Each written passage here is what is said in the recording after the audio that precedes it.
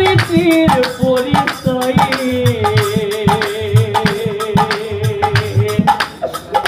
আয়ো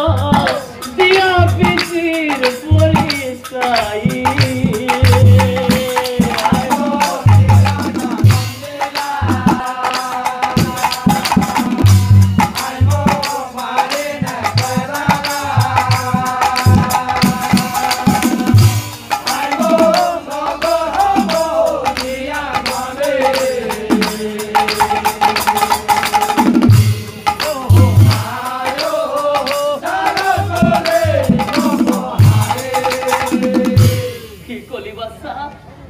কি কলি বাসা বল ধরাই বলে বাবা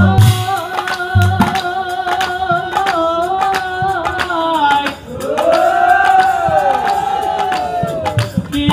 কথা শুনালি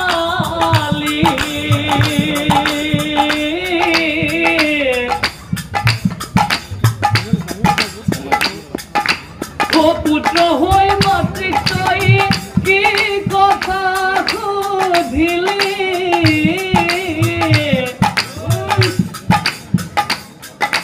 খবর দু ভালোবাসা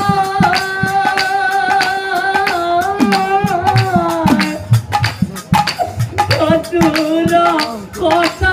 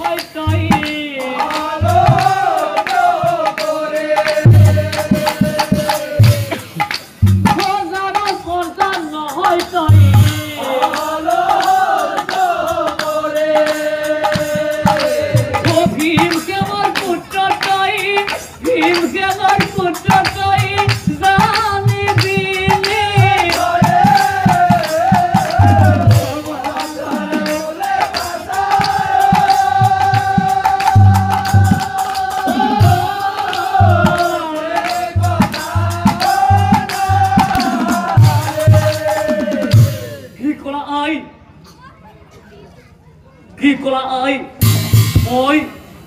মই ভীমসেনৰ পুত্ৰ তেনেহলে তুমি থাকিব লাগিছিল ৰাজকাৰেঙত কিয় আছা আশ্ৰমত এই হব কথা আই মোক কোৱা এতিয়া ও পুত্ৰ ৰামক কথা শুনি এতে কব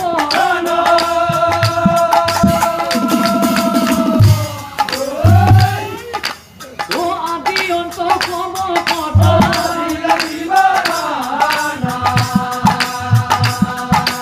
ও আদি অন্ত কব কথা ও মই সকলো গম পালো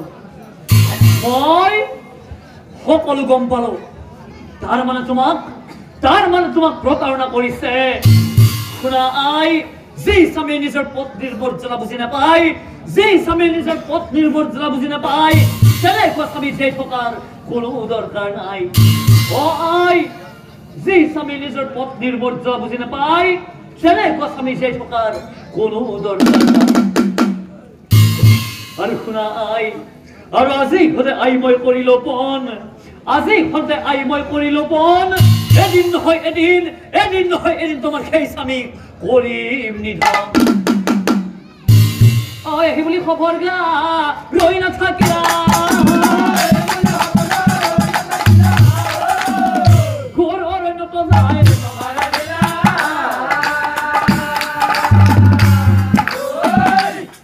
ও ঘৰ অৰণ্যত যায় ও কি মহা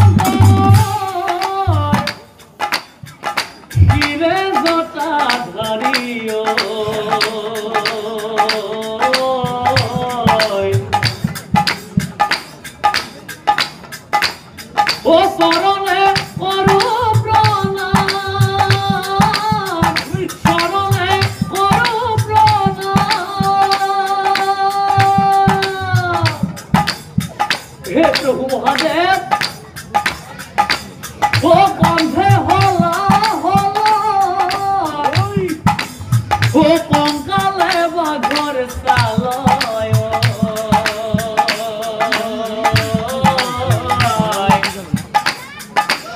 ও কৈলাসত তোমারে ধাম কৈলাসত তোমারে ধাম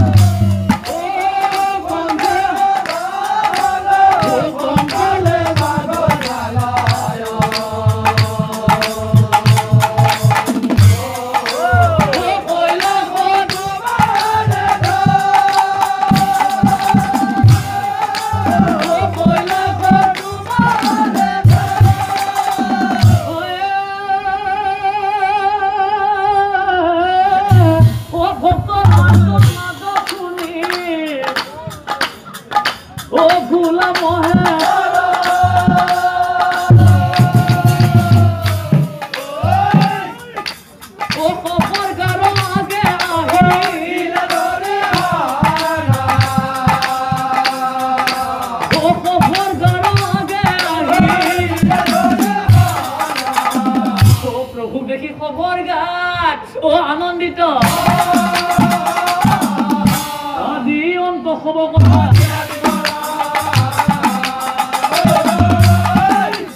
আদি অন্ত হব কথা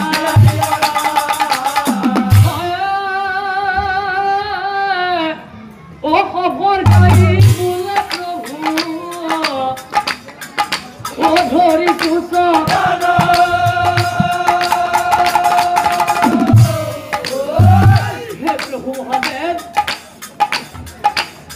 পিতৃ বধর বাবে মুখ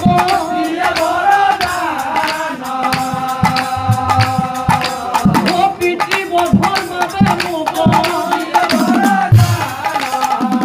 এই কথা শুনি মহাদেৱে ও মিস্ত্ৰি কি হা তথাস্তু এহি বুলি মহাদেৱে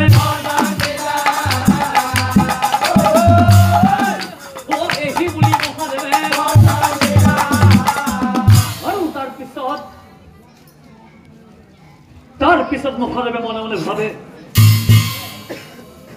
পঞ্চপুত্ৰৰ জন্ম হইলা এই দাপৰ যুগে পঞ্চপুত্ৰৰ জন্ম হইলা এই দাপৰ যুগে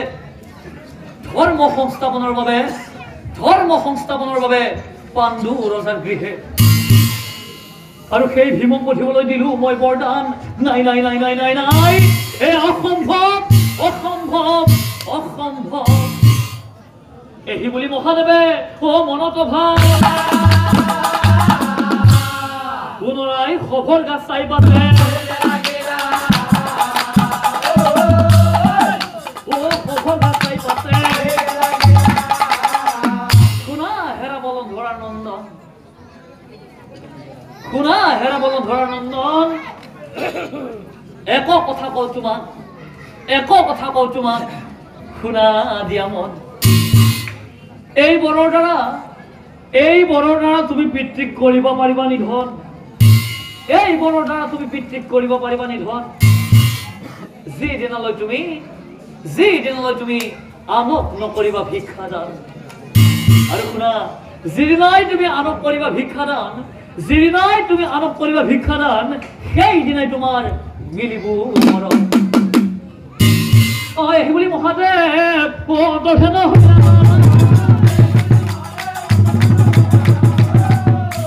আৰু আনফালে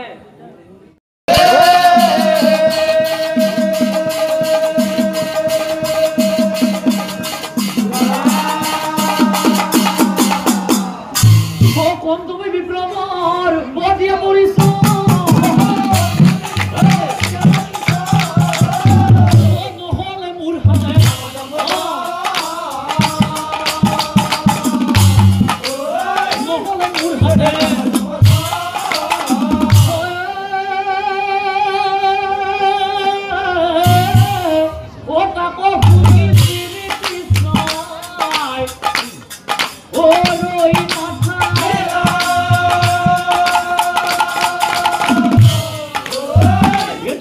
আৰু তাৰপিছত সেই অধৰ্মিক বধ কৰাৰ নিমিত্তে প্ৰভু কৃষ্ণই নিজৰ উদ্ধাৰণ কৰি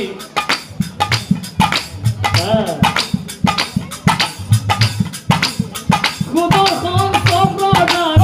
মুণ্ড কাটে দিলা ও সুদৰ্শন চক্ৰধাৰ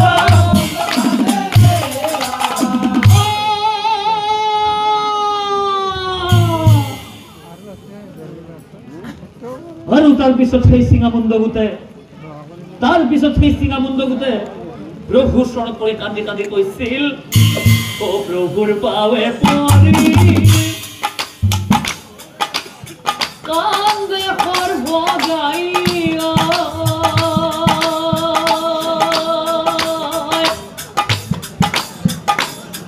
ও প্ৰভু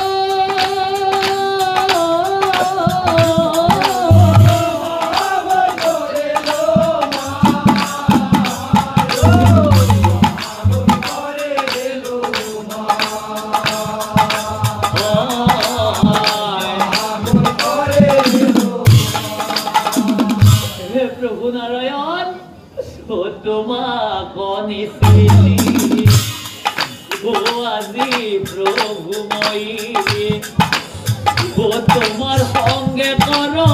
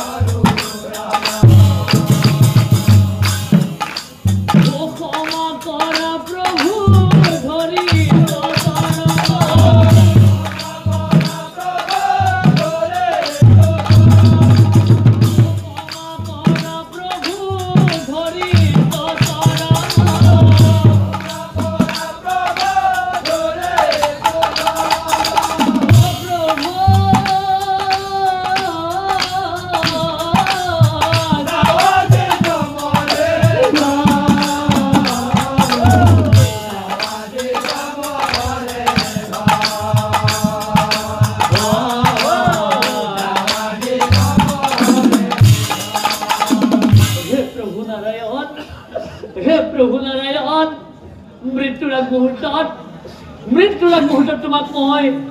আৰু এক কথা কৰো নিবেদন কি কথা জানা প্ৰভু ও যাবলৈ লালু আজি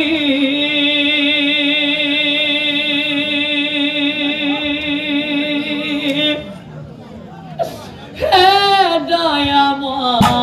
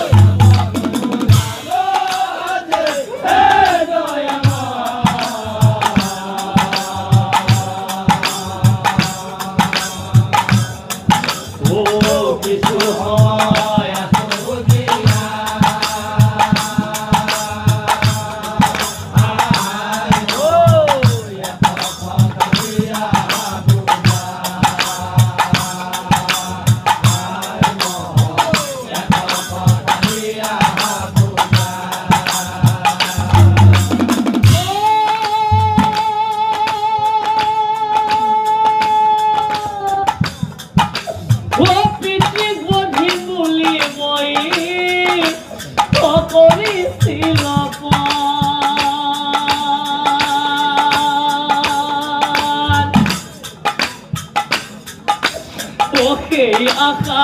নহল যে পুৰা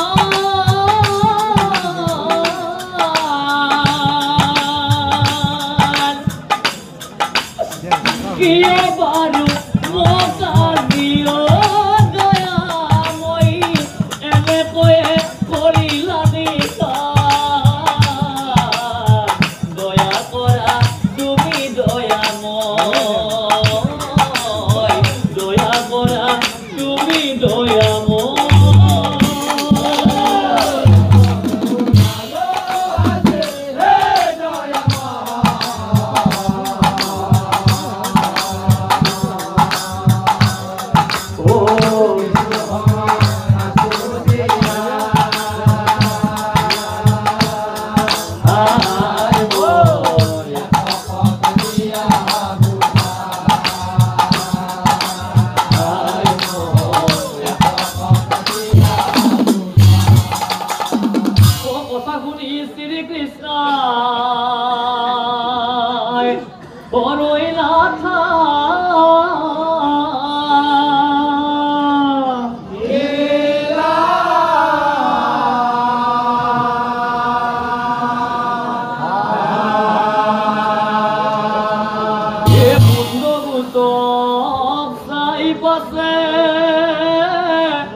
মুণ্ডগুটক চাই পাছে ও কহি বেলা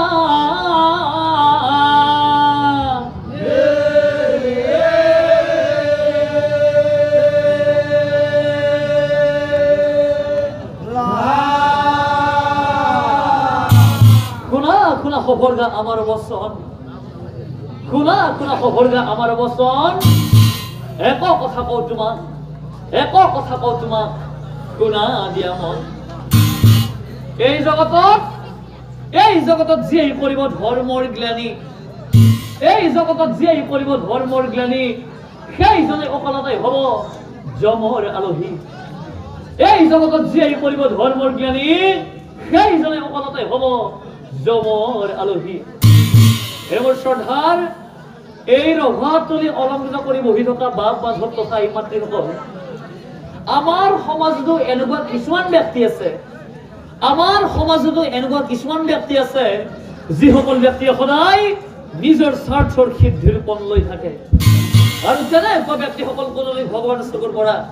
হাৰি যাব নোৱাৰে তেনেকুৱা ব্যক্তিসকল কোনোদিন ভগৱানৰ চকুৰ পৰা হাৰি যাব নোৱাৰে তেনেকুৱা ব্যক্তিসকল কোনোদিন ভগৱানৰ চকুৰ পৰা হাৰি যাব নোৱাৰে কৃষ্ণ হে শ্ৰদ্ধাৰ এই পবিত্ৰ স্থলীত উপস্থিত হোৱা বাপ বান্ধৱ তথা ইমানসকল আচলতে অকমান হাল্লা হৈ আছে ন